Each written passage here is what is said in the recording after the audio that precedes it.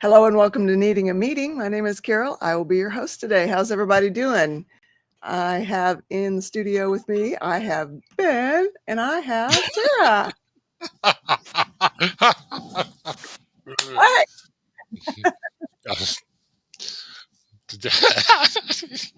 I'm so glad you didn't get me dancing again, but okay.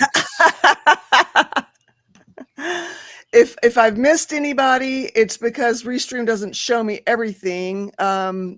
Like the first few comments seem to not show up, but I have Tony B here, my other's keeper. I have Flimwad from over at the Lifeboat, Layla Bradley, Face of America. Good to see you guys. Yes, you may, other's keeper. Let me get you a link here.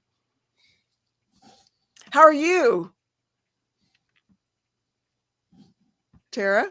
Me? Okay. Sorry. Thought you were talking to Ben. I'm feeling underdressed. Both of you look so nice today, Thanks. Ben, with your tie and with your necklace. Carol, you look beautiful. Thank I you. feel underdressed. I appreciate it. Yes. It's okay. Well, it's an just 80s a simple tie. summer dress, but yeah, I wore it earlier when I did an interview with Christy. I interviewed her over on her channel. Oh, today you did that? Mm-hmm. Yeah. Oh, right on. I'll have to go check that out. Yeah, that was a definitely. great interview. I really Thank loved you. watching that. It was fun. It was a lot of fun to do.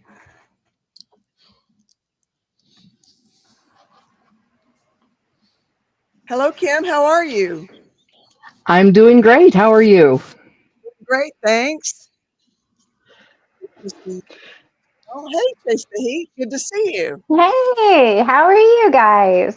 It's Entertainment. Good to see you. Kevin Hawthorne, hello. Okay, so hey. Hello I again. can't turn you sideways. Can you hear me now? There we go. I couldn't turn you sideways. Oh. So. Well, I was wondering if we could talk about the mundane. The mundane. How do you cope with it? Okay. If you don't cope with it, what do you do instead? I sleep. One of the hardest things for an addict is the mundane. Yeah. I have ADHD, so I just make up other stuff. Yep.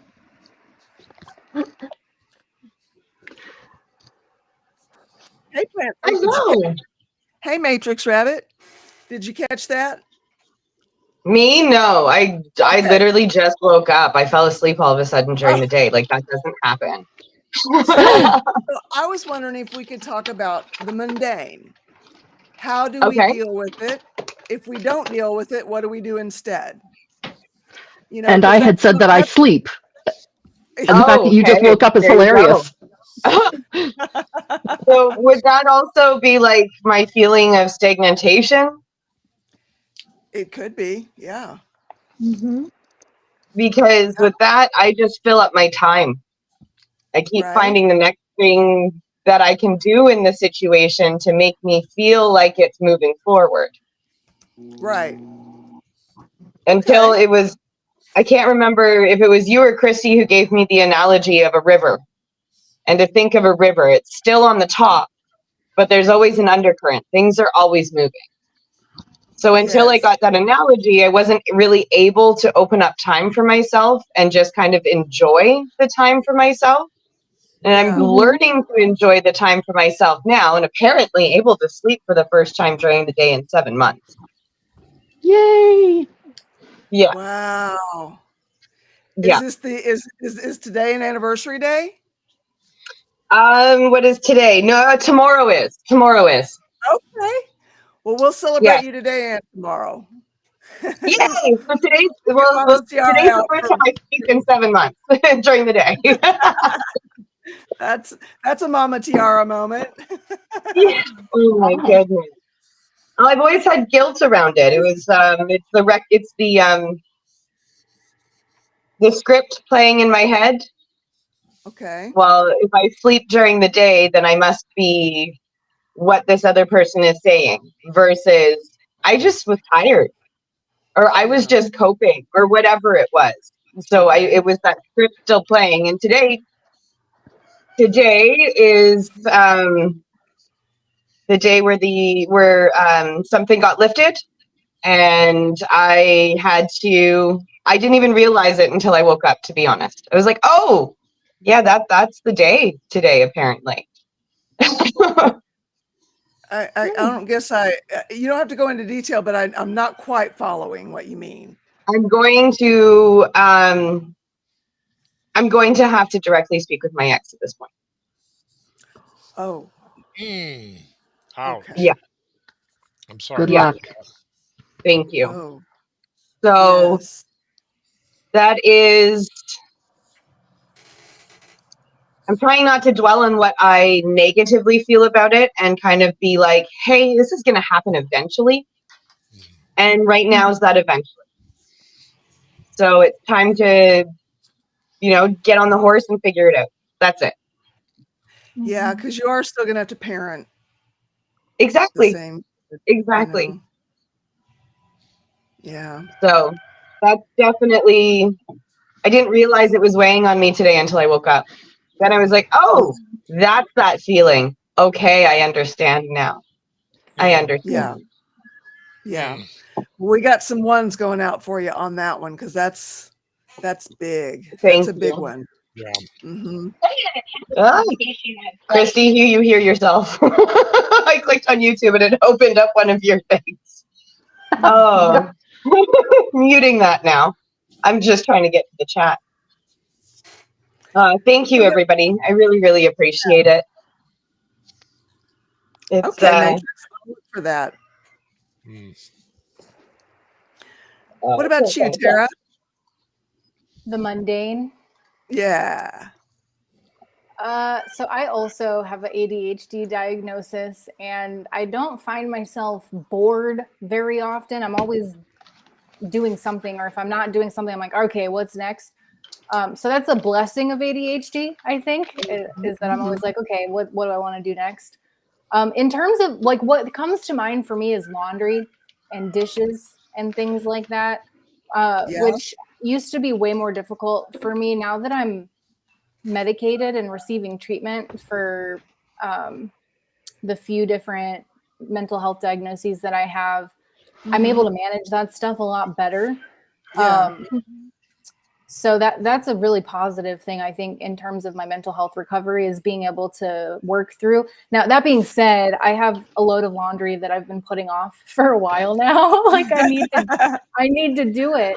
I need to do it. And I don't know, it's like, where's the line between procrastination and like motivation? I just kind of struggle with that sometimes, like putting things off until I can't put them off anymore. But then I feel motivation to get them done.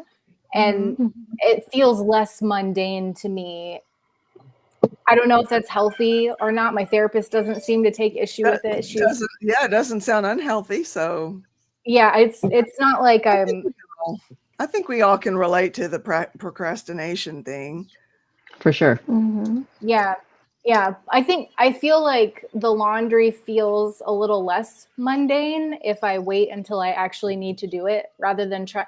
I would love to be able to keep up on it like a normal person. Like my mom doesn't seem to have any issues doing laundry routinely a few times per week. Like she's always got a load going, and she never has a lot to do at the same time, which can seem overwhelming, but that's also sometimes the push that I need. And it doesn't feel mundane because I'm like, I got to get this done. Right. So I feel like in a way, procrastination is a way for me to avoid that feeling of the mundane. Yeah. Again, I'm not recommending this. This is not mental health advice, but it seems to work for me. Just waiting for inspiration to hit, and if I don't have inspiration to do something, it's probably because I've got inspiration to do something else. Yeah. Mhm. Right on. So I guess my answer would be like following the inspiration and waiting until I feel motivation to do something kind of helps me. I wouldn't say avoid the mundane, because dishes are mundane, laundry is mundane, but if I've got motivation to do it, it makes it easier. That's true. Yep. How about you, Ben? Honestly, I was thinking about that. Seriously, I don't get bored too easily. Okay. I have, but my reading list is incredibly long. And I am a slow reader. I do not have full blown dyslexia, but I do tilt towards it. So it Okay. makes reading kind of, if I'm tired, which I have been lately because Mhm. the whole blood thing, it makes it a little hard. So I find when I'm no longer when I get bored reading, it's usually a good sign for me to put it down because I'm not going to absorb it well. And a lot of this stuff, especially stuff like the Ellipsis Manual from Chase Hughes, that is pretty. I mean, he's a good writer and all that, but yeah, Okay. it's pretty dry. So Yeah. that's where computer stuff comes in. Yeah, I could do a little idiotic game of watching a little guy jump across the screen or whatever. So I was told by a psychiatrist recently that I am dyslexic. Interesting. Oh, okay. Wow. Yeah. Isn't that a medical diagnosis? I know it was for my son. I don't know. Yes, We I it just had is. told her to. like some of the challenges that I had. I did have a learning disability verified when I was in community college. Mhm. But they didn't go into detail on what that looked like. And I told her that, sometimes I'll be writing or I'll be reading and my brain wants to do a switch and start going the opposite direction. Mhm. Like That if I sounds were like writing, dyslexia. okay, well, if I were in a Arabic or Hebrew, Right. language situation, probably would be perfect for me. Hmm. I guess, I don't know. Are you Maybe my brain would want to do it the opposite way. I don't know. are And when you I'm ambi? Oh, go ahead. I was going to ask, are you ambidextrous for any reason or by any chance? sort of, I can, I can favor one hand or another. But when I think of musical thought, if I were imagining that I'm playing it on a keyboard, Mhm. it's the opposite of the way the keyboard actually goes. I Okay. would do it with the opposite hand and go the complete opposite direction. Okay, so Which you is have why I to think work out which is instead why of. I think I related to the bass as well as I did, because Mm, the way it moves up and down the fretboard. Yep. Mhm. I Yeah, find you're doing writing left. the main part of your notes with this hand. Mhm. Mhm. I find writing left-handed when I get that way to help, Yeah. but my Hmm. writing is much worse left-handed. But when you write as poor as I do, it doesn't make much Who difference. knows?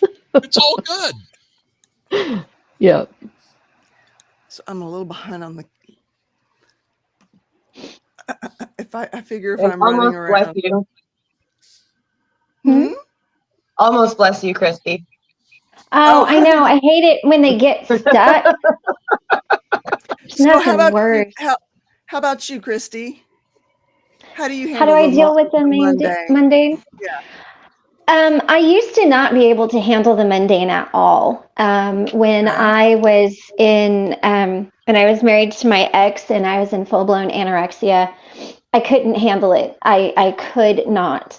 So I would surround myself with people and everything I could to keep myself busy because I just could not handle that. Yeah. As I healed from that, I learned to sit with myself in solitude more. So when things get really mundane, I actually read books on things that I'm working through in my life at that time, or I have no problem just sitting outside and appreciating the quiet, because for so long that situation for me was really hectic, And even when I was on the road with Michael for 6 years, it was still very hectic. So I appreciate the mundane a lot more. And so I just sit in solitude with myself and I reflect on things that I need to improve about me, because there's always something to improve. And that's what I do. So I enjoy it, but I enjoy it because my life has been so chaotic for so long that, you know, sitting with myself is not as scary as it used to be. Right on. Yeah. That used to be a really uncomfortable thing for me. A lot more than it is now. I guess you just over time, you figure it out. Yeah. And like I said, for me, it was more, there was guilt if I ever just sat down, if I wasn't doing something, so it really is also kind of a way to, I don't know, maybe be a little defiant. Just feel like I'm going to sit here.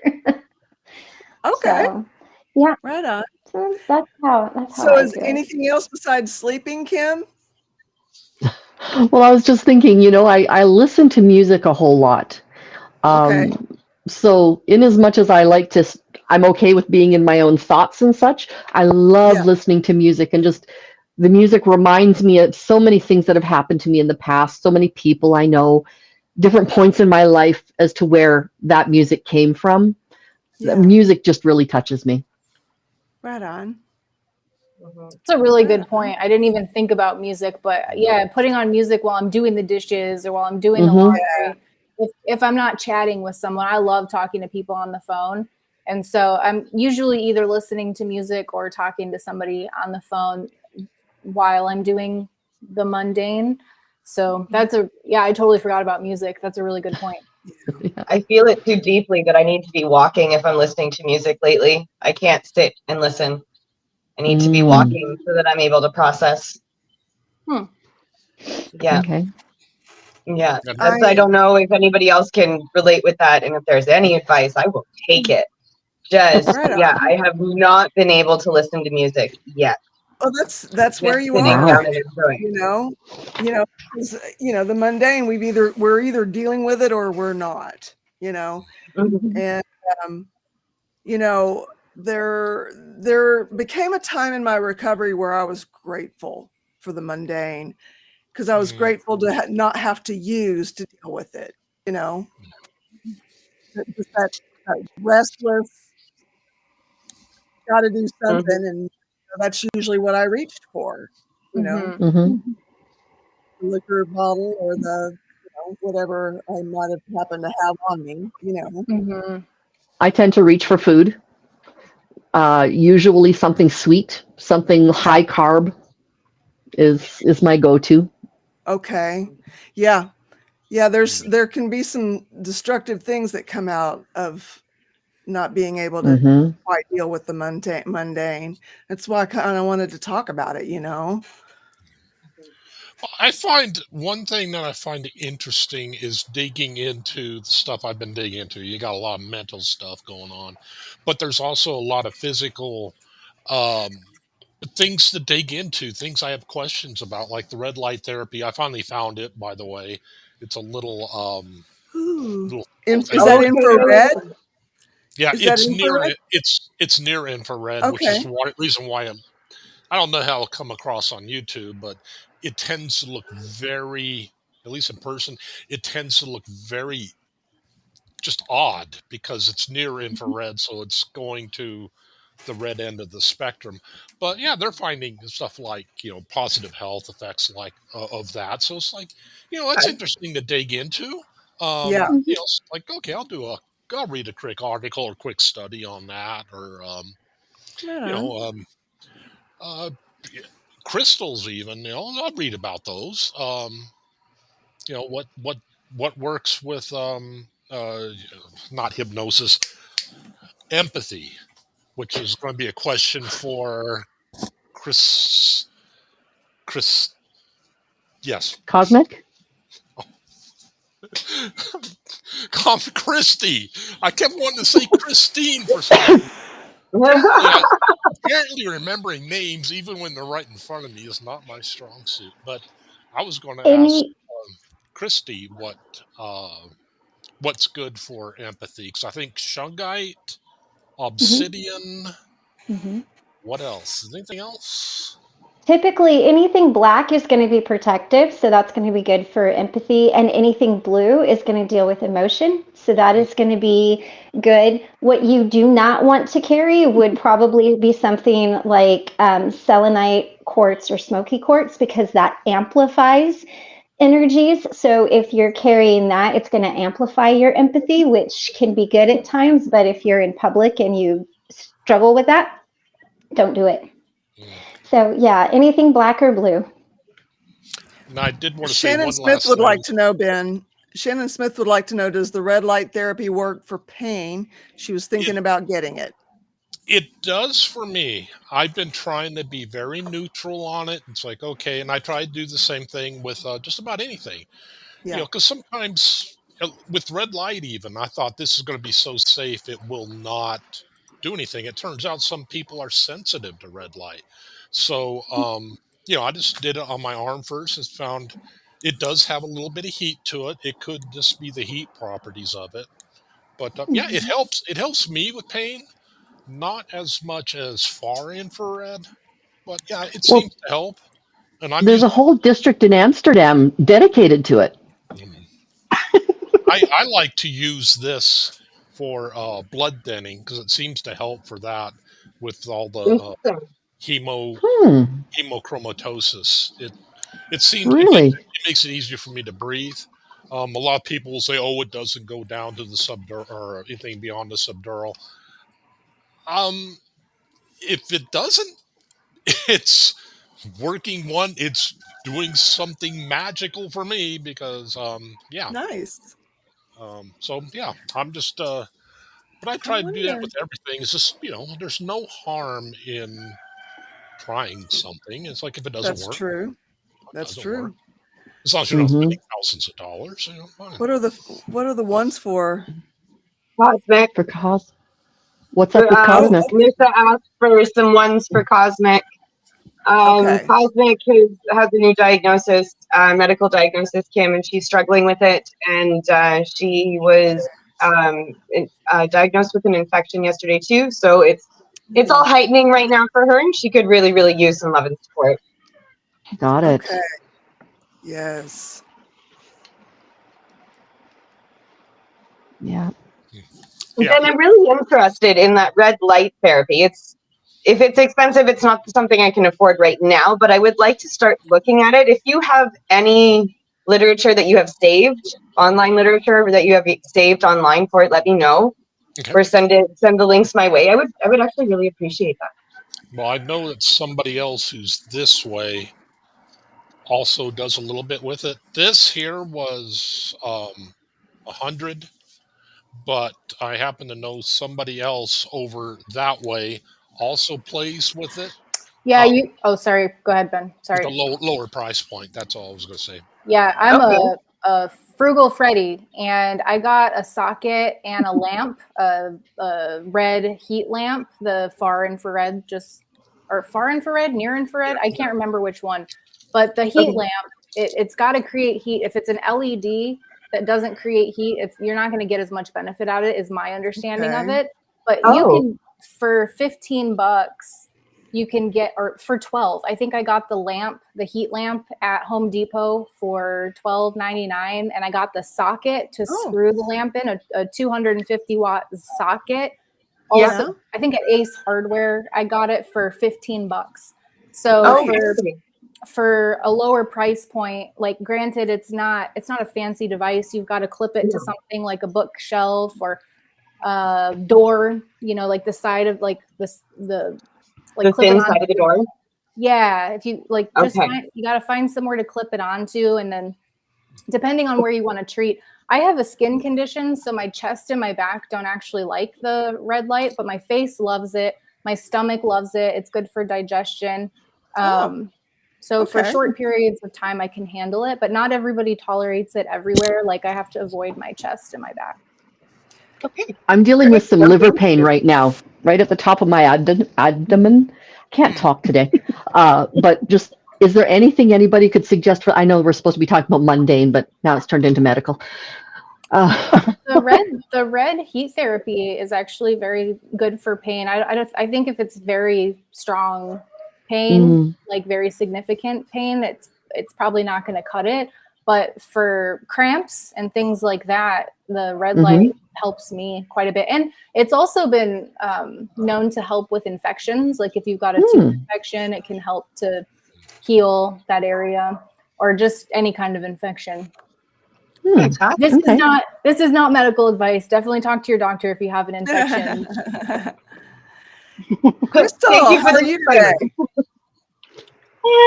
Hanging in there. What do you do about the mundane? How do you deal with it? Don't deal with it? How do you deal with it? Do you deal with it? How do you escape it if you can? So mundane is more or less being bored, right?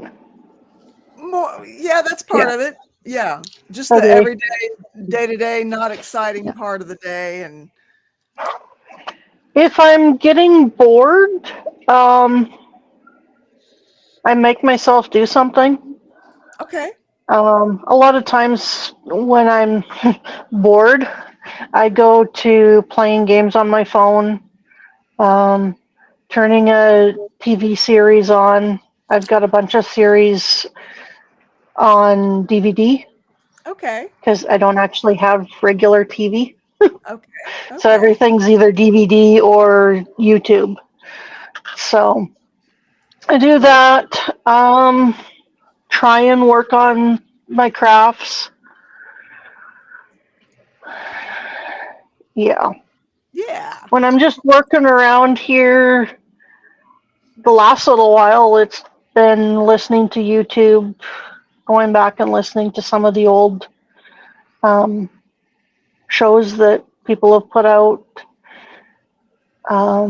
Today I listened. I have a tendency when I've shared on a channel, I'll go back and listen to it. Okay. So that I can actually hear what I shared. So that's what I did this morning. Yeah, you I can was learn cleaning. that, I would imagine. I was cleaning my storage room a bit, and so I was listening to my interview from last night. So Okay. How did that go? went really well. Good. Right on. I was pretty wiped out by the time it was over, Yeah. and didn't sleep very well once I did go to bed. So, and then the neighbor's dog woke the cats up this morning, which woke me up. So I only got about, well, let's see, I went to bed almost at midnight. Didn't sleep very well for the first 2 hours, so probably about 4 hours of sleep. Oh, yeah. But I just can kind of pushing through today, procrastinating on some things and going ahead on others, and Right on. you know. What I hear people talking about a lot, Crystal, that you triggered this in me, is doing things that you enjoy. I think that's an important thing that I didn't highlight, but to balance out the mundane, I think it's important to do things that are fun and that we enjoy. Yeah. That could be going for a walk, like what Stasia was talking about, or listening to music, and it could be like seemingly mundane things that are enjoyable, but if we have an inspiration to do it, and that's kind of what I was getting at with like whatever I feel inspired to do is where I tend to go. Which is sometimes good and sometimes not so good, but I seem to be able to balance my schedule and my commitments with following my inspiration. So I think doing things that bring me joy is a useful way to balance out the mundane. Yes, absolutely. Yeah. Something Brianna Miller said just a moment ago was she needs to get back into reading. And for me, I do audiobooks all the time. And so I can be, like I would listen to music, I can be listening to an audiobook and then doing the dishes, doing the laundry, doing the boring stuff around the house.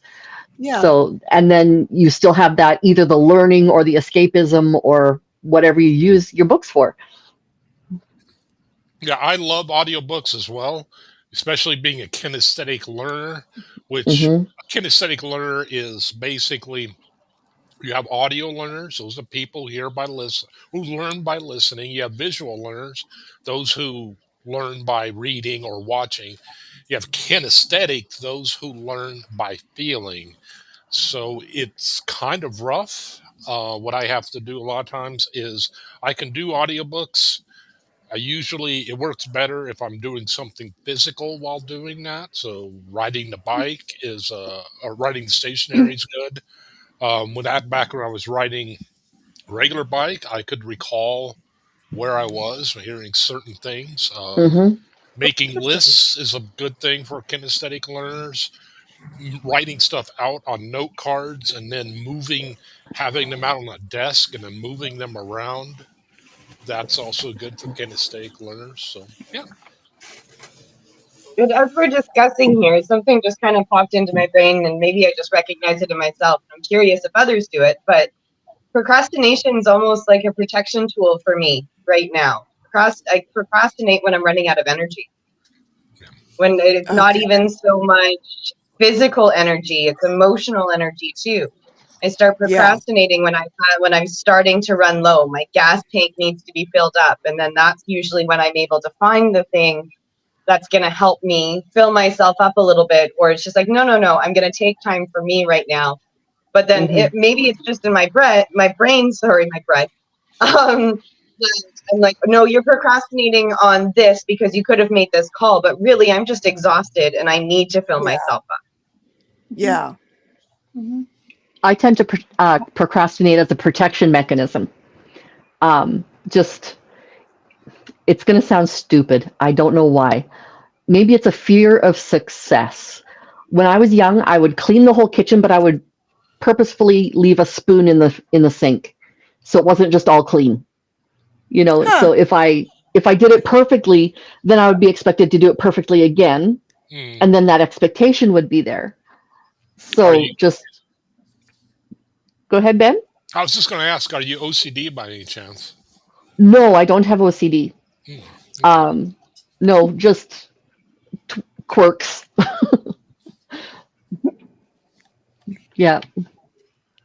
Well, I mean, hey, quirks work. A lot of ball players, they will carry their batting glove in their left hand, even when Yeah. they're rounding the bases. And that's because some famous ball player did that and they insist Mm-hmm. on some run. So, hey.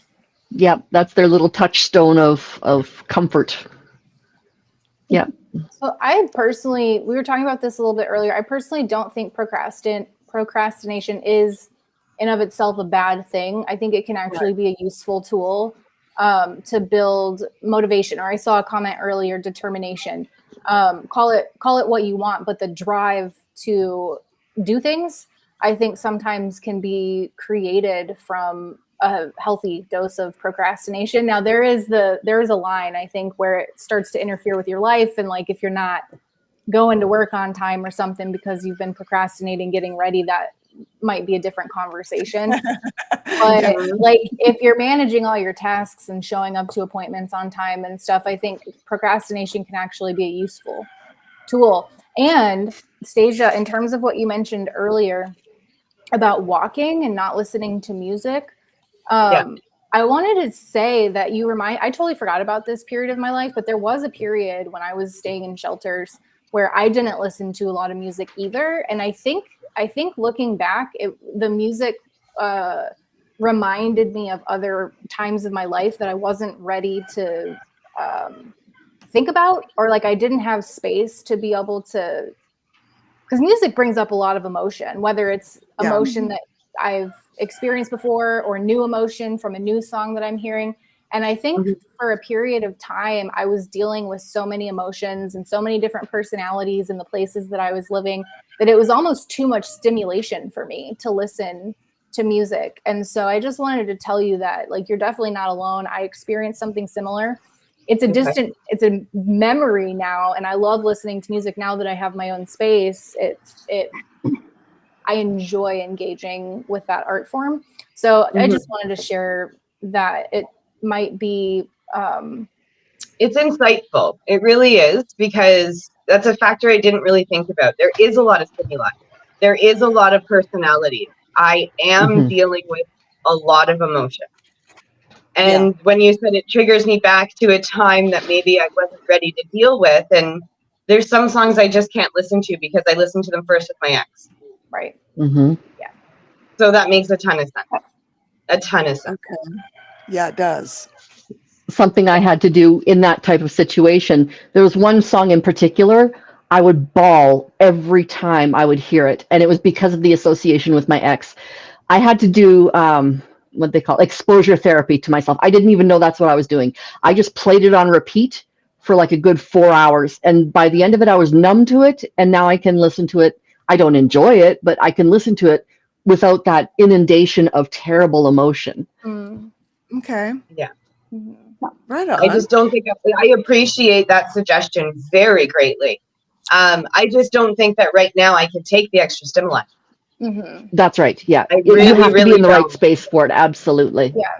I didn't realize that I didn't even realize I wasn't doing it. I love music, and I didn't even realize I wasn't doing it for a period of time. But eventually I wanted to start listening to it again. It happened naturally. I didn't personally, I know everyone's different. I personally didn't have to make myself do it. It's just something that came back naturally for me. Yeah. I tend to, oh, sorry. Go ahead. Go ahead. I insist. I tend to use music as my motivation. So when I was going through all of the stuff with my ex, I listened to Rihanna and Eminem, Love the Way You Lie, because it hurt.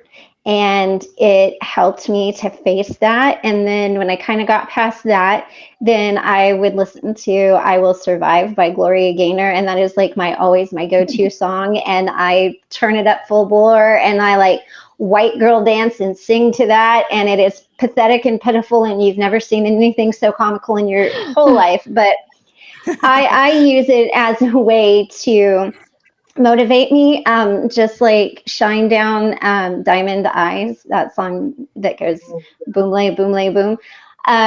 I listen to that because, it says, one of the lines was, got my hands in my pocket when I should have been gone. And it's like, yep. So I use it to light my fire. So I kind of use it for a different source. And then procrastination, I do my best work when I'm under the gun. Like, it doesn't matter what it is. If I'm under the gun, I'm going to give my best interviews. I'm going to do my best, which is why most of the times I'm late. I am late because I do have difficulty, my eyelashes will stick together and I'm like, but I really do good when I don't have time to think myself out of it. So for me, if I've got something super, super important, I will put it off till the end because I can't go back and change it and redo it. So for me, procrastination is, that's, like I said, when I'm like really behind, I know it's going to be really good. So that's how I do that. So. That was one of the things I found very interesting. We're talking about music. Typically, when I have a breakup or some kind of difficulty in that area of my life, I find playing something really angry, like Queensryche, I Don't Believe in Love. Very aggressive, very in your face, and then working down slowly to other songs that are a little less aggressive, and then a little more bluesy, that it really does a good job versus it helps to and that's a de-escalation technique. When somebody's yelling at you, you just back up a little bit and just talk a little lower. And what will happen is they will go to match you as long as you're consistent. It's doing the same thing with music. You can bring yourself down, but you need to feel, you need to match. It doesn't really seem to work so well of going instantly, Elton John's not going to help you much. At least not going to help me much, I have an entire playlist for certain moods. Yeah. You know, when I'm feeling down, I have a gratitude playlist where it reminds me, okay, I need to be thankful for this, this, this, this, this. And being grateful for things really gets me out of that whole depressive state as well. Watching musicians, I find to be very interesting. I was watching on before we had a meeting. I was watching Spanx play the guitar, and it was very enjoyable. I mean, I'm not hearing him, but I'm seeing him do his working on his arpeggios and things like that. It was just it's very cool just to watch him. You know, I can't hear Right him, on. but Yeah. I find that That's very neat. enjoyable. Since Right we're on on. the topic of music, I want to take this opportunity to say, Ben, I see your board behind you, and I just have to say, I love rock and roll. I knew it.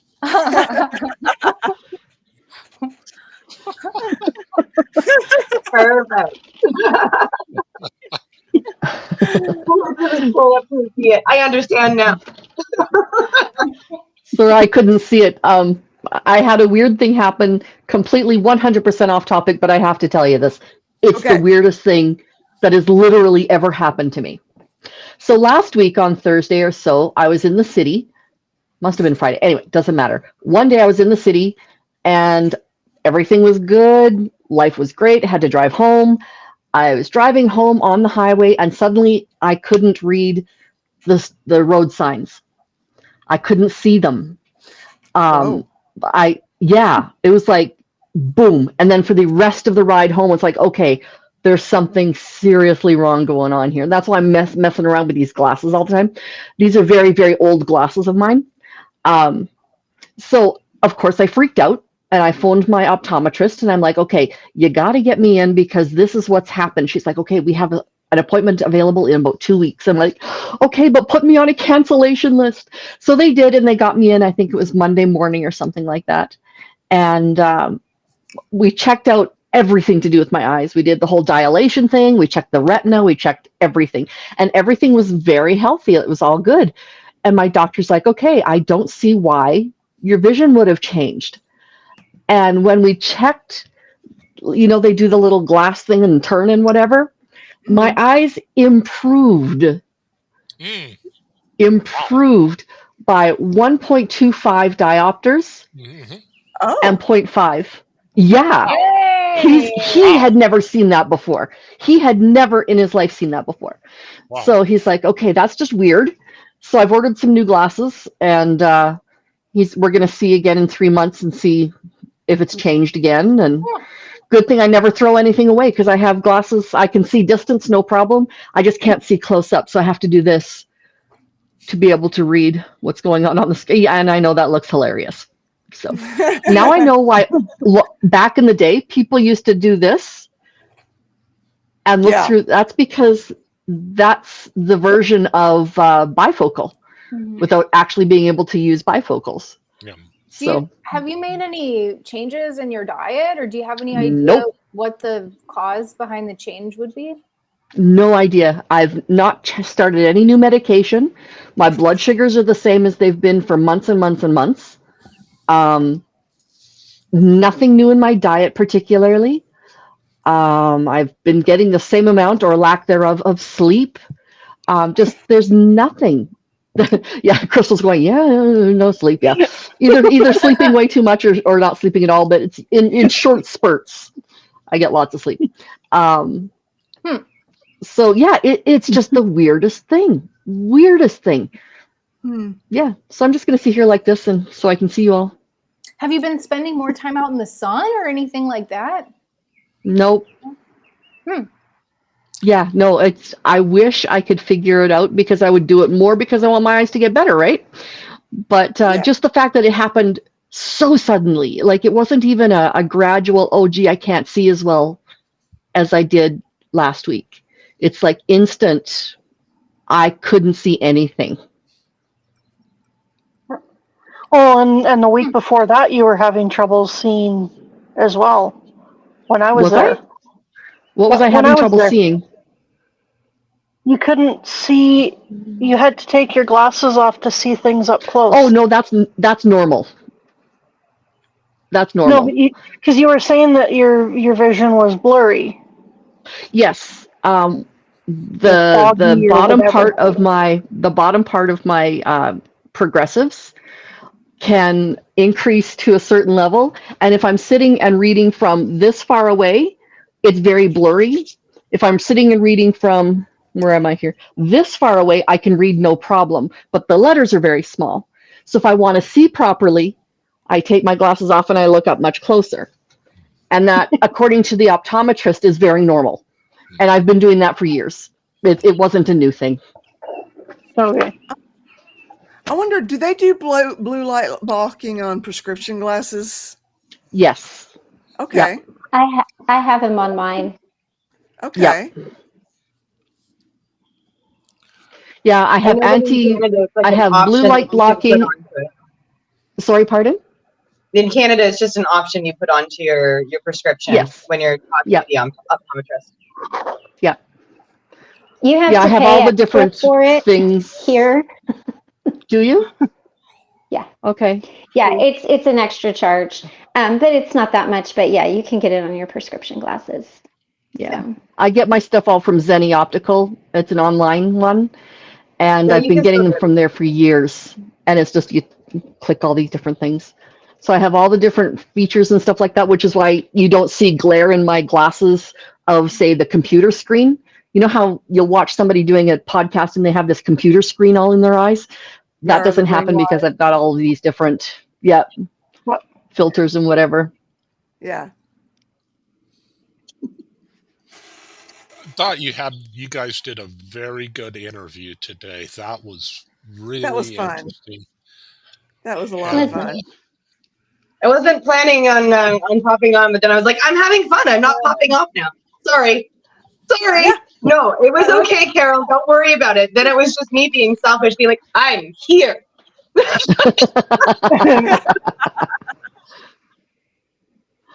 Oh, Yeah. that was fun. It was a good interview. I wouldn't have known what anybody wanted to know about me, so that's why I asked these two to do it, because I'm like, I don't know. I don't want to get on and talk about myself for however long.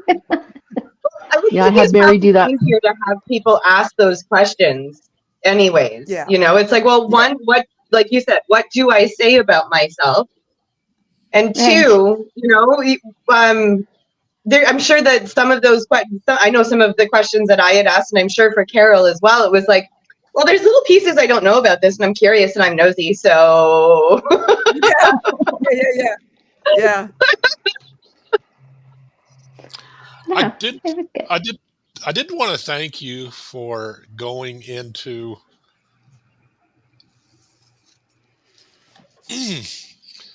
Words are hard, Ben. well, no, it's not words, it's emotions. I did want to thank you for going into being able to feel energy at places, because that has happened to me a few times. I mean, it doesn't happen to me often, but when you're going through it, you think, wow, I'm going, you know, there's something wrong with me. And to hear somebody else talk about it, it really does help, because I mean, and they're places, it's probably happened to me maybe a total of 5 or 6 times. And they're places which, you know, it's like, well, maybe you have some past trauma. No, they look exactly like, you know, this meadow looks exactly like this other meadow, but you go there and it's like, you get this feeling like we have to leave now. And it's like, you're not seeing anything. It's nice, peaceful meadow. And it's like, you have to leave now. And then you come to find, you start digging in, doing research, you come to find out there was some traumatic event that happened there, which you never, but Never even knew. that was very validating for me. And I don't know what that's about. You know, I don't pretend to know what that's about. But yeah, thank you for that. Well, you're welcome. I'm glad that was validating for you. It is a very real thing, and some people are more attuned to it than others, but it can be very overwhelming, or it can be very peaceful, you know, depending on where you're at. So yeah, I'm glad that that was validating for you. That's good. Rebecca said she loves the story about how you met your husband, Christy. Right. How he met me. That was it was a the good first one. time I heard the marriage story. So that was like, it doesn't surprise me now that I know you and I know enough about him. Uh-huh. But if this was like 6 months ago when I first like started really getting to know, I'd be like, you did what? Well, yeah, and especially since my first marriage, I was engaged for like a year, and we planned this huge, ostentatious wedding that was absolutely ridiculous. To then turn around and get married, 6 years later in 3 months in blue jeans in the snow. Kind of a different thing, but yeah, it was good, and I like that the place that we got married at is still private, and to us, I mean, it's not a private place, but so Yeah, that's neat. yeah. You guys came up with good questions. Thanks for being open enough to answer them too. That's half the battle right there. Sure. Yeah, of course. Well, does anybody have anything that they need? Go ahead, Plant Freak. Sorry. I'm just catching up on chat. I keep trying to check. I know that Rebecca had popped in earlier, and in Christy's chat, she was saying that she's doing okay and that she might be able to talk a little bit tonight. She also might not be able to. I just want to know if, and she said things were okay and well enough, just kind of wanting to check in a little bit. Okay. Right on. Good to see you, Rebecca. Back to what we were talking about earlier. I know for myself, I really have to watch when I get into, I guess in a sense, into different ruts and going to certain things to handle day-to-day life. Now, it used to be, if all I wanted to concentrate on was putting together jigsaw puzzles, and that is all I wanted to do, I knew I had to be careful. I knew that was a downward spiral, and I needed to catch it before it got to a point where I had to take off time from work. Oh. Now, this past time, as I look back now, I noticed that I didn't want to go to the puzzles. In fact, if I would try and put a puzzle together, it would just infuriate me, which is very strange for me. But I loaded about 20 different games onto my phone. And I've just been sitting there and playing games and playing games and playing games and not wanting to do anything, but just sit there. The escape. Yeah. Blood Cat is asking why, but I don't know what he's asking specifically why about. I don't know.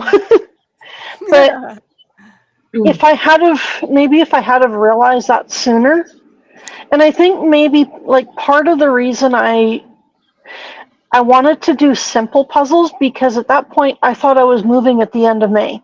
I was still looking at that fact and trying, so I didn't want to get a 1,000-piece puzzle out and not be able to get it all put together and be moving.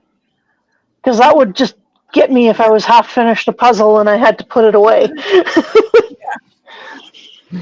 But I think that was maybe part of why I turned to games instead and going on the phone all the time.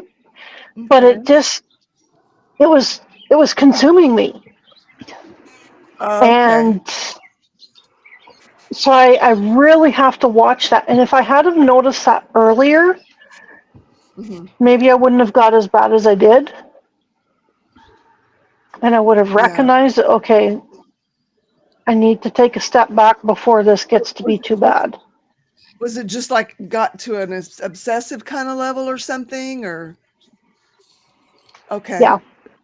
I would come down, or I would get up I'd get up in the morning and play games on my phone, which I normally do a little bit anyways, just I'm not one that likes to bounce out of bed. And then I'd get ready and be playing games on my phone, and more often than not, this last while, I've been a minute or two late for work.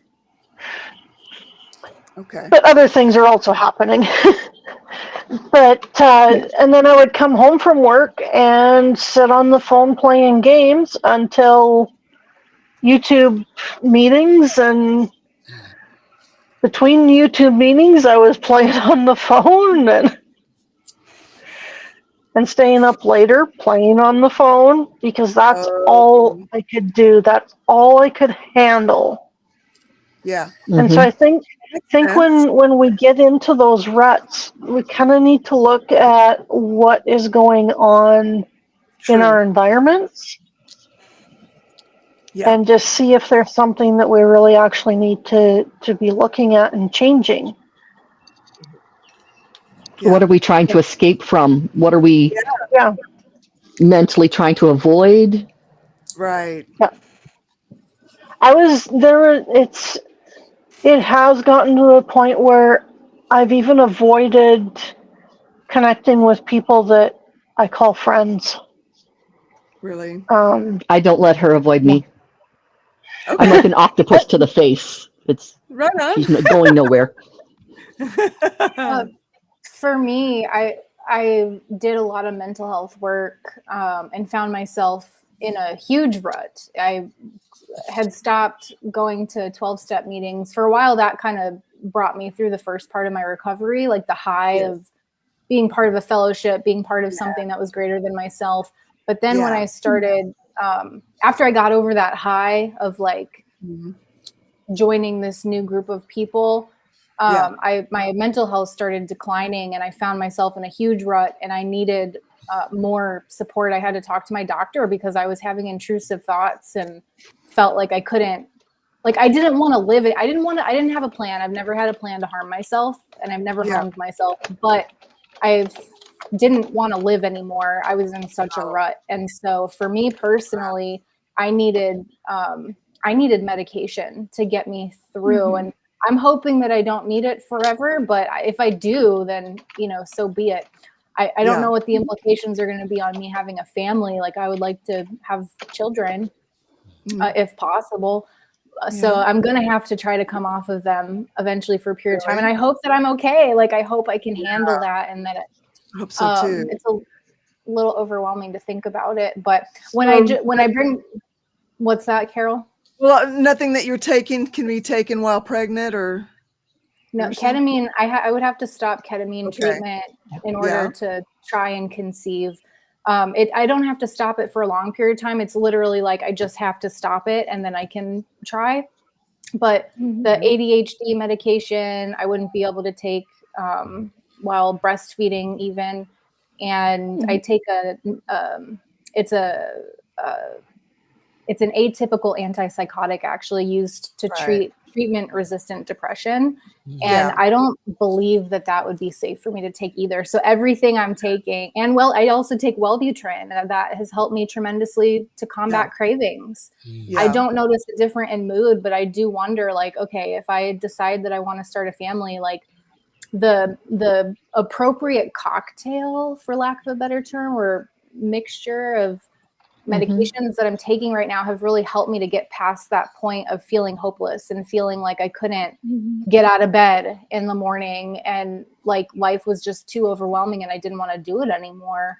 Like the chemical imbalance in my brain has been balanced. And so for me, I just wanted to share that that's been a part of my journey. I know it's not for everybody. And like, I had tried all the natural remedies. I tried everything I could. And I had to throw up a white flag and say, please, doc, help me. So anyways, I hope that when I get to the point where I want to when I want to start a family, that I will be able to safely come off of these things. Right on. Well, I just that want will be that will be a discussion that you need to have with your doctor before you go off of any of them. 100%. Because I'm on some Facebook groups that are people talking about depression and kind of like this, but more the depression aspect of it. Yeah. And some of them have actually said that when they were thinking of getting pregnant, they talked to their doctor, and their doctor was able to change their medication a little bit to something that wasn't going to harm the baby. And that helped them get through. Yeah. I was fortunate, not fortunate. I wasn't diagnosed with anything until after I had given birth and I was basically done nursing. And then all my little alphabets started showing up after my name. So the medications I'm on, the biggest problems I had was trying to go to college and be able to think solidly through something or memorize or whatever I had to do. And then deal with my mental health with little children and just starting out with the mental health journey. So you have a slight step ahead in that you already know you've got a mental health journey to take. And you do have doctors who are there already in place to help you, which is awesome. Yeah. Thank you. Yeah. Thank you. And Tara, I wanted to encourage you. My oldest daughter, she deals with OCD, ADHD, and depression. And she was actually able to, I've got 2 very beautiful grandchildren. And when she just talked to her doctor and was able to manage that with her therapist and everything, just knowing going in that this is what she was looking at. And then I know someone else whose medical diagnosis was a little more serious, and what they ended up doing was using a surrogate. So it was actually, their egg and everything else. And they used a surrogate. Now, again, I know that that's like super expensive. I'm not saying that you do that, don't do that. But I just want to encourage you that, this is a possibility for you. And I really believe that working with your medical team, with your therapist and your medical doctor, you guys can find the right solution for you to do that. And I just want to encourage you because I have 2 beautiful grandbabies, and it was a little extra work for Dally. It was a little bit more for her to manage. She had to grow her support system a little bit to help her with that. But she got through it. And then she had to take some things that were safe. She nursed for a while, but then had to stop for her own mental health issues because she just needed to be back on what she was on. But even that worked out well. So, there's hope for you. And I want to encourage you when you're ready for that, whenever that is and whatever that looks like, having a bunch of supportive people around you, not only the person, you choose and you guys start a family with, but, a bunch of people. And I mean in close proximity who can come help you. Of course, we'd all be here for you, but people that are physically close to you to come help is important. But, like I said, my daughter has 2 kids and the one lady's got 3. So, there's help. I don't want you to think that you're beyond help. It might just look a little different for you for a little bit of time, but it's doable. Thank you. I hope so. Yeah, I hope so too. Yeah. Brianna Miller wants to know if anyone has taken naltrexone. I think that's how you pronounce it. I heard it works wonders for people, but for me, it's made me horribly anxious and depressed. I don't have any experience with that myself. I don't have any experience with that, but I do have experience with medications where it deals with one thing, but the side effect is this. Go on another medication to deal with the anxiety and depression, because the initial medication is still working for what it's actually working on. So having to take a secondary medication, there's no shame in that. Okay, so this is it's a medical treatment for opioid and alcohol use. So this isn't a mental health treatment. this isn't something that they're going to be able to mix very easily with another one of those treatments. But I do not know this medication. I do know somebody who's on naloxone and has helped him tremendously. I don't know if that's something that you've already talked to your doctor about, or if it's something you've already tried. And I personally don't have experience with it, but I do know somebody who has and is still using naloxone to help him. So not naloxone, sorry. Oh my God. Naloxone's the one for overdosing. It's the little tab that Tommy talks about. Oh, That's blocks the Suboxone. There we go. Thank you. Yeah. Yeah, Narcan's the one that I was saying. Suboxone's the one that helps with addictions, and that's what I know somebody on. I was using the wrong term. I apologize. I don't use it. This is me trying to figure out. And she's asking about naltrexone, is that right? Sorry? She's asking about naltrexone? Yes. Yep, It says here that it's...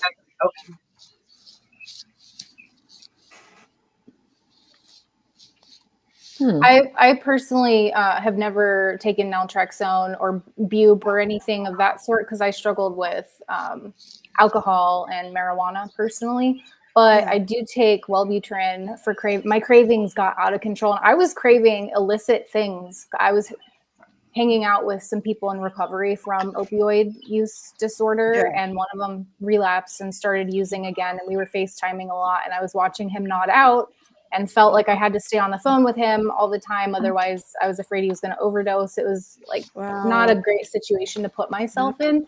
But I started having really strong cravings to try. I wanted to feel like I was craving that feeling of checking out and nodding out. And I hadn't moved into this place yet, and I was under some stress.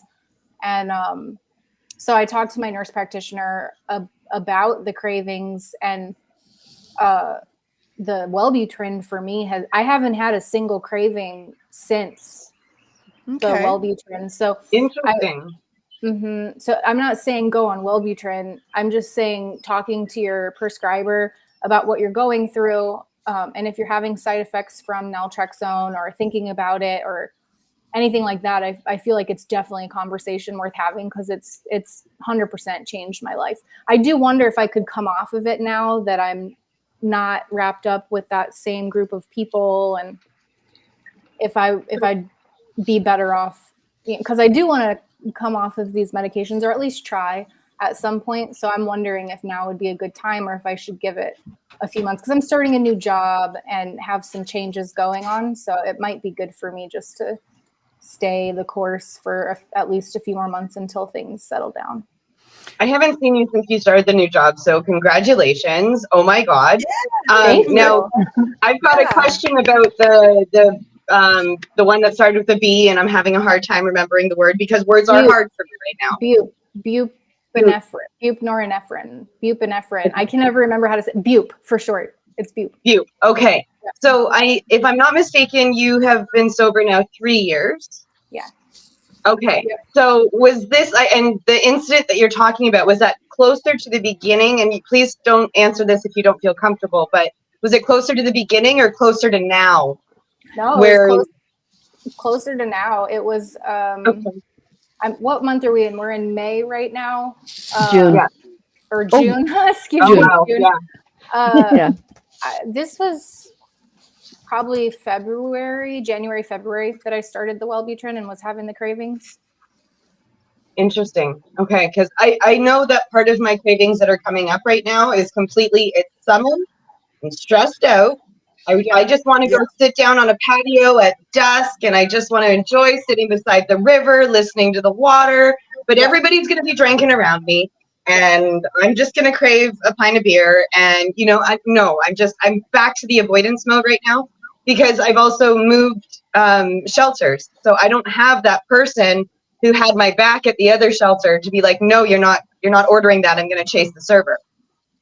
So I don't feel as safe going out and pushing myself in that area as I did before. So now I'm kind of back into avoidance mode, but it's good to know what it's called, because if it continues come fall, then I might consider something. I might talk to somebody about it. But right now, I'm personally contributing it to it's hot weather. All I want to do is sit outside and watch people have fun and have fun myself, and Yeah. Yeah, and I was literally like worried that I was going to make a bad decision. Like I felt like I was on the verge of making very bad decisions. It was that same feeling of like, I need help. I need support. I'm not okay right now, and I don't want to live life this way anymore. It was kind of like that, except for I was wanting to get high, which I hadn't experienced that really. Not like that to where I was like, am I actually going to go ask someone for drugs? Because I was living in a building. It was like a transitional type of, it's called permanent supportive housing here in the States. Yeah. It's like, it was the place that I lived between this place and the shelters that I was staying at. And most of the people that I was neighbors with are in active addiction, and a lot of them get high on fentanyl. And so it was like, I could have just knocked on several doors and gotten and gotten to know what that felt like. I like wanted to know what it felt like for a period of time. And that was like so scary to me that I was like, my NP, I didn't say doc, I said NP, my nurse practitioner. I was like, I want to get high, like on stuff I've never tried before. And she was really supportive, and that's why I'm on. I think Rebecca said, is it bupropion or what? That's actually bupropion. That's Wellbutrin, but the bup that I was talking about is for opioid use disorder. It's Suboxone. It's buprenorephrine, buprenorephrine. I can't remember. It's similar to. For short. What's that? Bup for short. Bup for short. Yeah. So anyways, I just wanted to share that, like, I was literally afraid that I was going to relapse. It wasn't like, oh, I just kind of, it'd be nice. Or I was like actually thinking about knocking on doors. So I talked to my prescriber instead. Well, thank you for sharing that. I've been getting a little bit concerned myself, but again, there's so many external factors right now. I don't know what's actually playing part. I don't know what's fully happening. So this is why I've continued recovery management. I'm done the 13-week program, but where it's ended is in the summer, and I'm going to keep doing it because I might get something else out of it. The second time around, I might listen to a topic and hear something else and be like, okay, I'm learning something new this time. Because I feel like that happens with these meetings, and I feel like it happens with the boat too. That when I go and I listen to a topic again, I'm in a different place and I might get something else out of it. Mm-hmm. Yeah.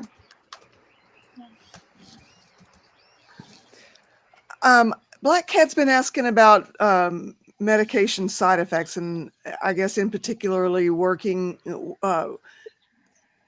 being concerned about heart attack or stroke. The only way, I'm not a medical professional. The only way that I really know how to answer that is that, every prescriber that you're dealing with needs to know if there is a predisposition toward heart and stroke issues, and, and prescribe accordingly. That's the best I got. They also need to know any natural medications you're taking, any herbs and supplements you're taking, like even the vitamins you're on. Yeah. Those are important because some can thin the blood, some can thicken the blood, some can work on do bad things to your kidneys or your liver or whatever. They need to know everything. Find a pharmacy rather than 4 or 5 that you just kind of, I go to this brand of pharmacy. They all know me. No, you need a pharmacy to go to and make a relationship with that pharmacist team. Yeah. And that'll make all the difference. That sure has helped for me. Yep. I think as someone who's had to try a number of antidepressants and have had side effects that I couldn't handle,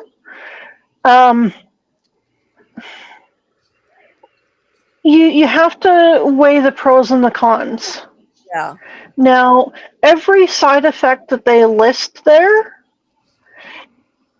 is a side effect that somebody had. Mm-hmm. It could have been one person out of 10,000 that they did the study on. But because one person had that, they have to put it in possible. Yep, they have to list it.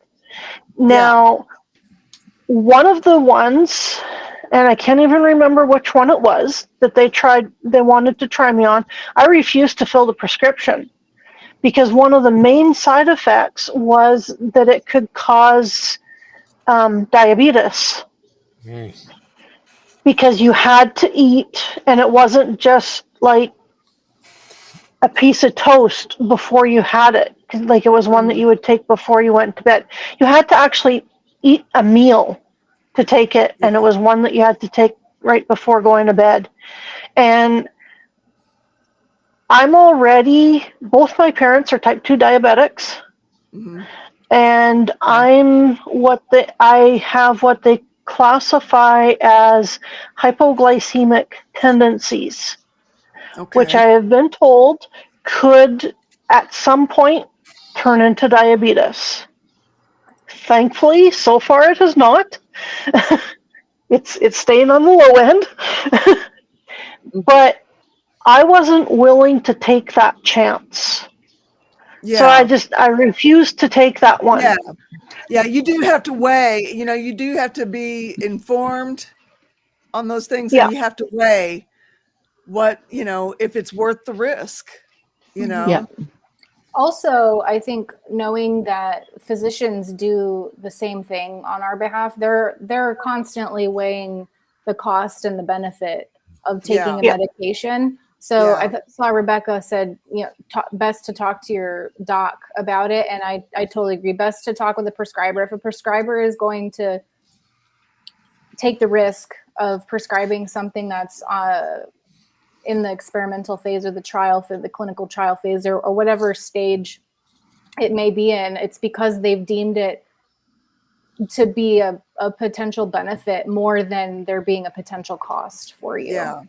Yeah. The one thing too, you have to make sure you have a good, open and honest relationship with your doctor.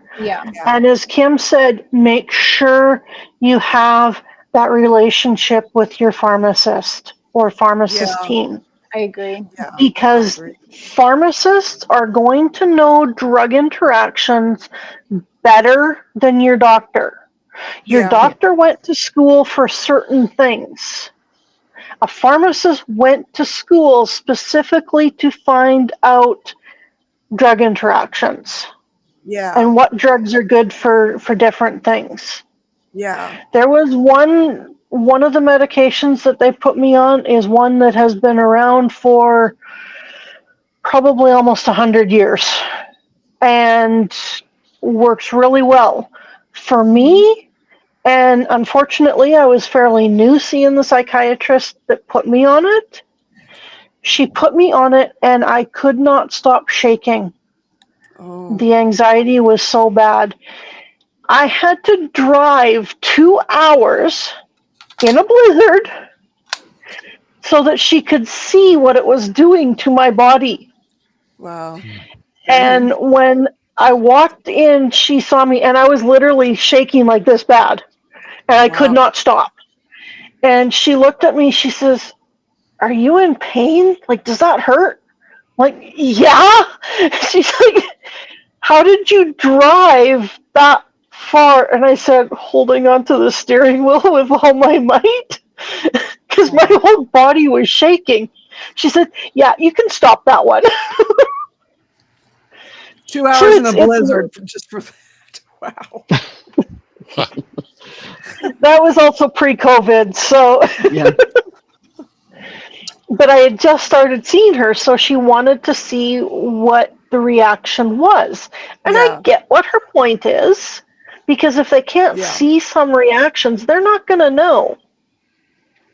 True. And unfortunately, all my doctors are 2 hours away for the simple reason is I have been treated like dirt too many times with the doctors that are here.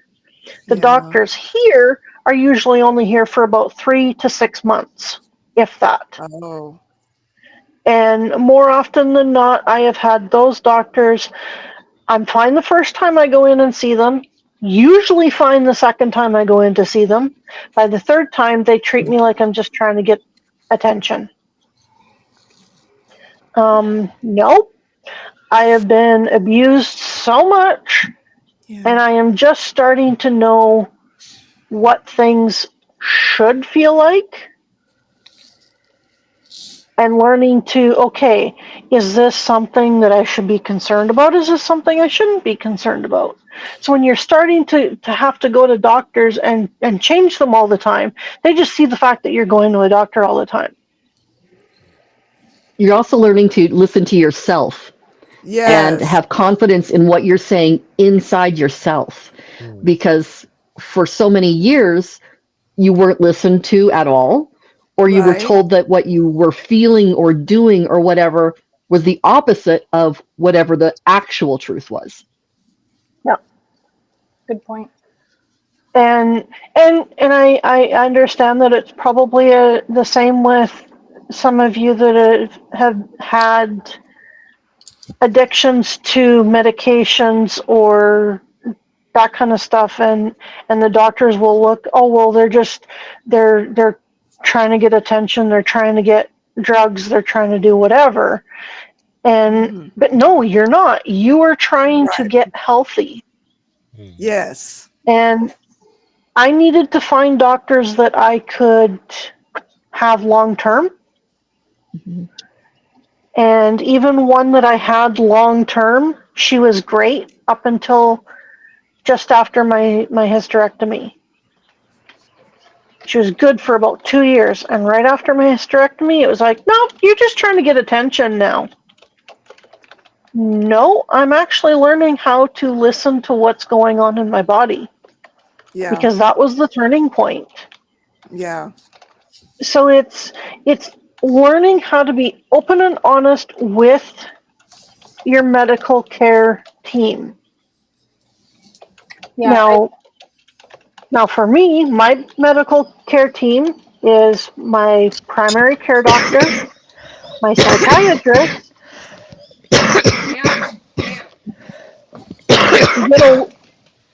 You gonna live there? Sorry, I'm so sorry.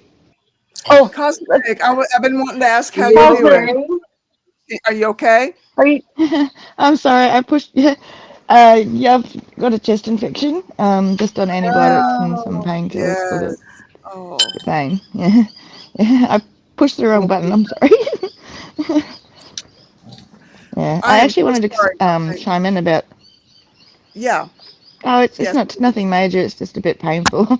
And also stress, tension is causing a lot of pain in my as well. Apparently, the doctor says it actually says I carry it all on my shoulders.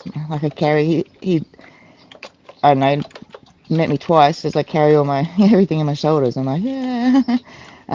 So that's all right. But I just want to chime in because like listening to your medical team is super important. Because yesterday I was in so much pain. I didn't want to listen to anyone. I wouldn't even listen to my carer, who was absolutely right. You know, she said exactly what she said way before I even got to see a doctor, what the doctor said eventually. So, but I just didn't want to hear it because I was in too much pain. Yeah. And, yeah, so it's amazing what pain does to somebody, I've discovered. Yeah. It can change their whole personality. It can. So, Yeah. Yep. but I just think it's really important. Yes, it is. Yeah. And as far as medications and stuff, that was my big thing. I didn't want to be on medication. Yeah. I struggled to take it anyway. Like I threw up on the paramedic after taking a Panadol and paracetamol, and yeah, that was fun.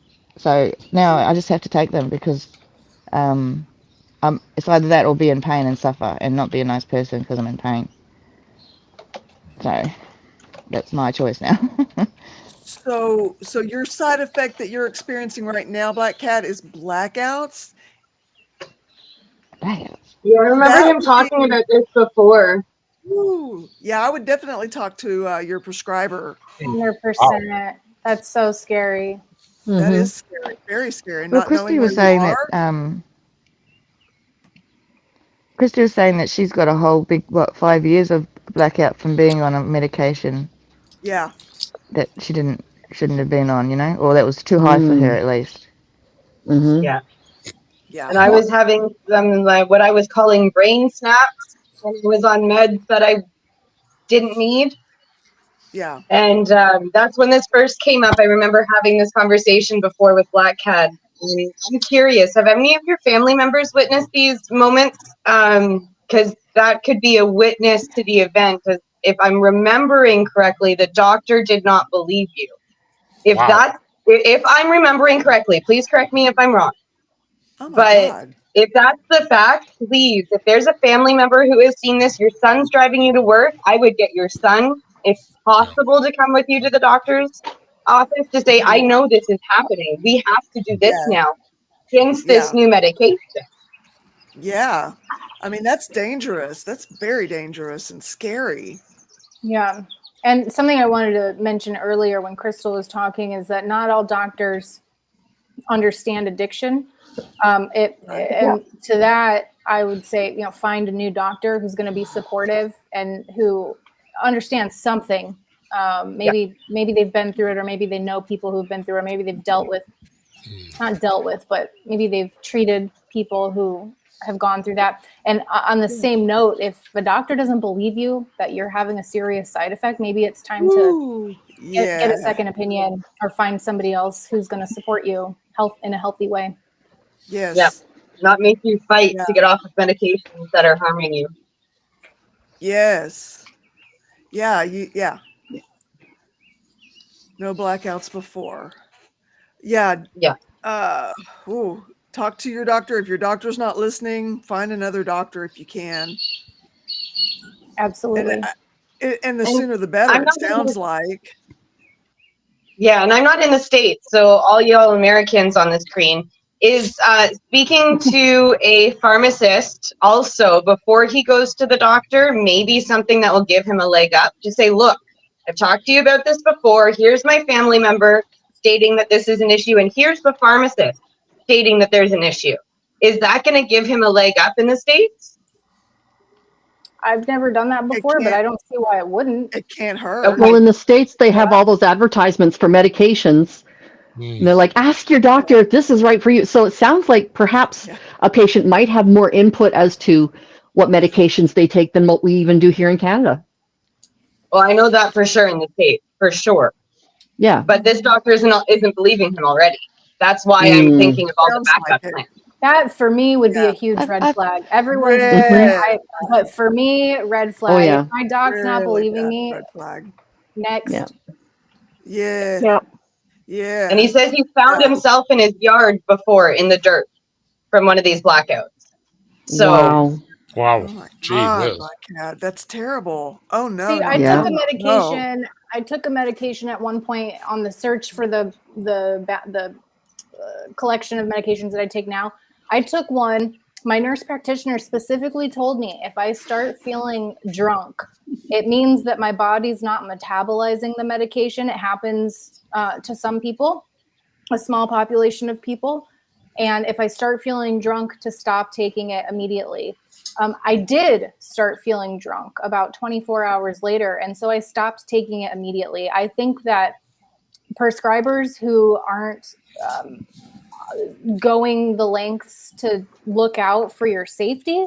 I mean, if a medication is making you black out and they're not believing you, it's like something's wrong. Like that is not, that's not a side effect that is acceptable. I'm not a medical health professional. That's dangerous. Very dangerous. Oh my God. My non-medical opinion is that the medication, if it were me, I would probably stop taking it on my own accord.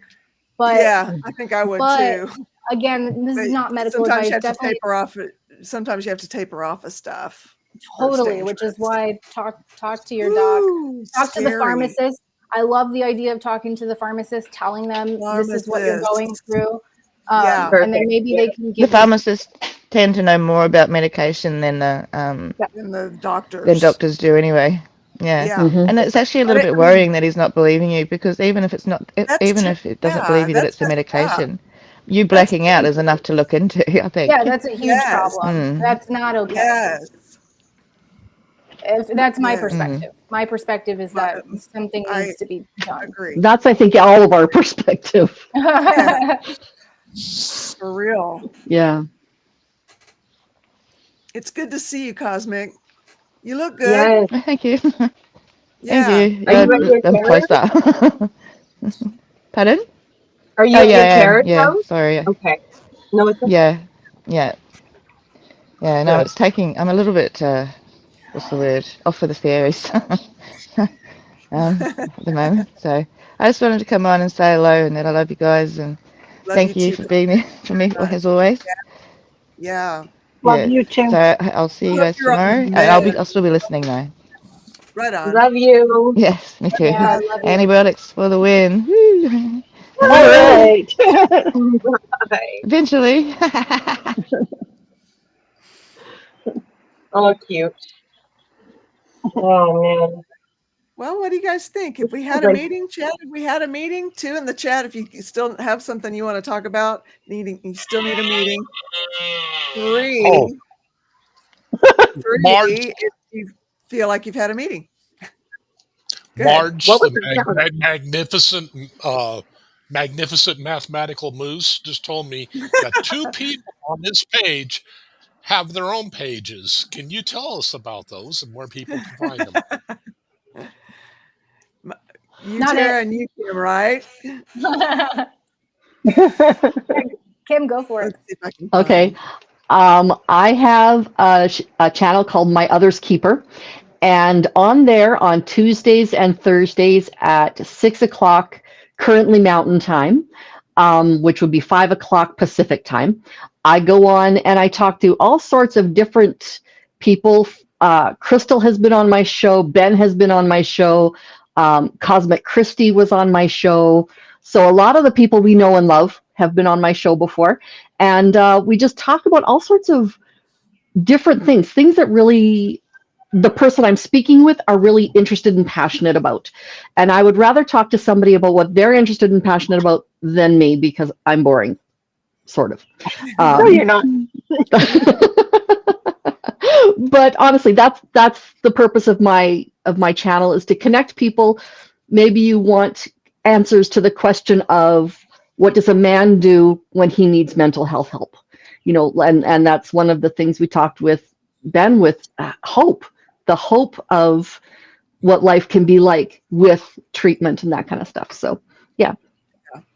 Tara. And that's Yes. My Other's Keeper. My Other's Keeper is the name of the channel.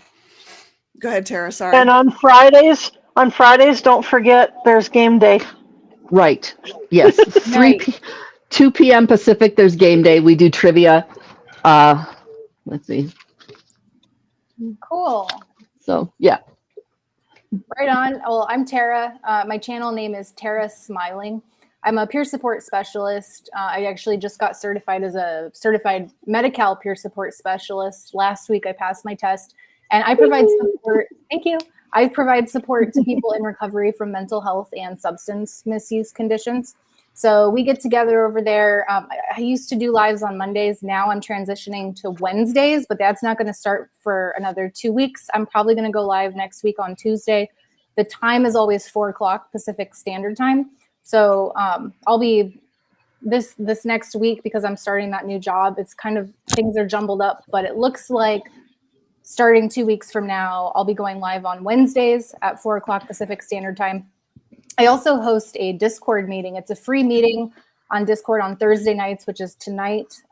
We are going to be meeting at 7 o'clock Pacific Standard Time, and it's a recovery meeting, but we don't. It's got its own sort of format and vibe, and it's kind of a cool meeting.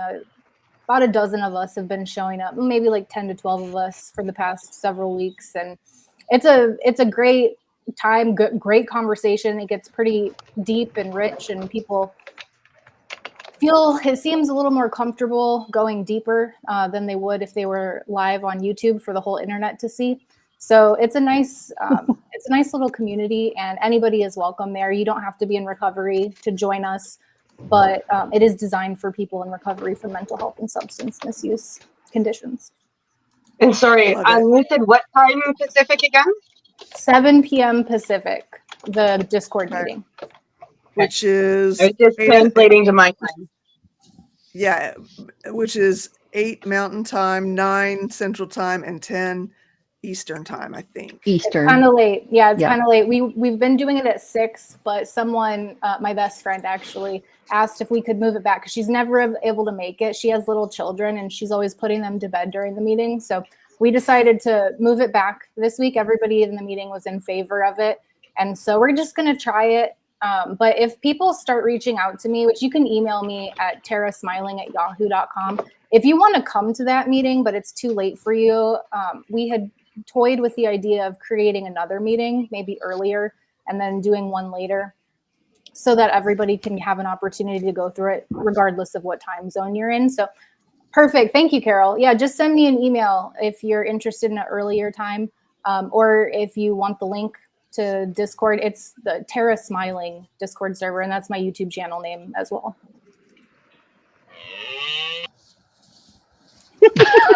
Loud today. That is a loud moose.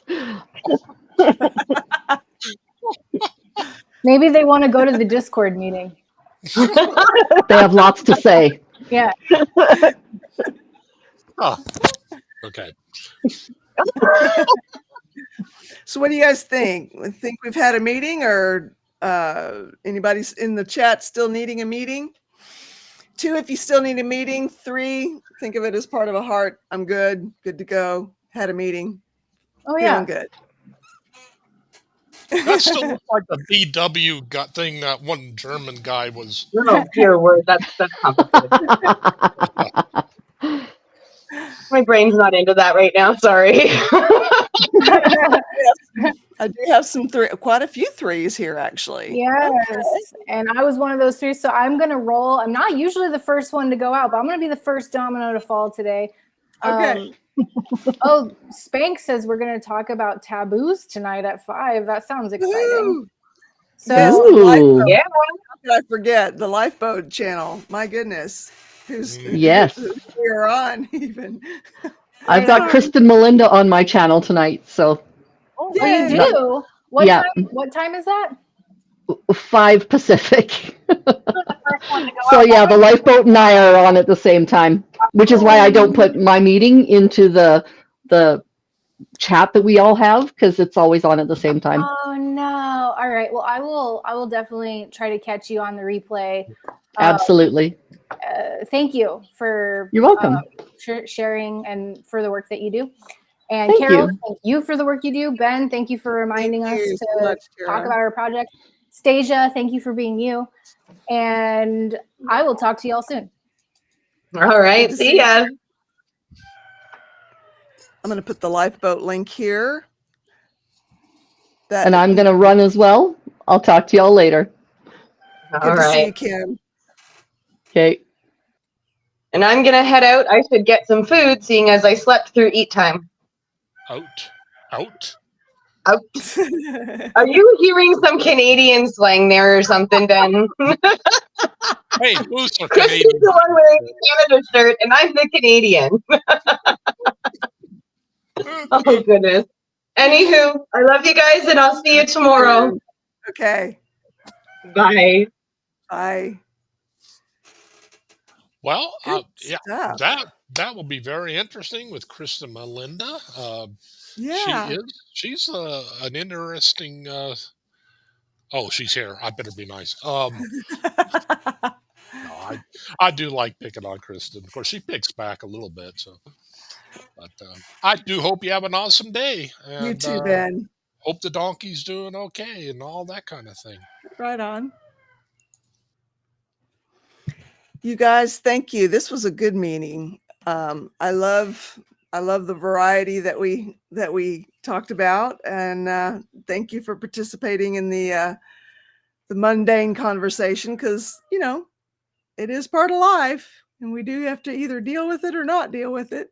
Anyway, thank you so much for being here, for being part of this community, and for what you bring. It's beautiful, it's wonderful, and I love it all. I love you guys all, and hope to see you again next meeting. And until then, peace, y'all.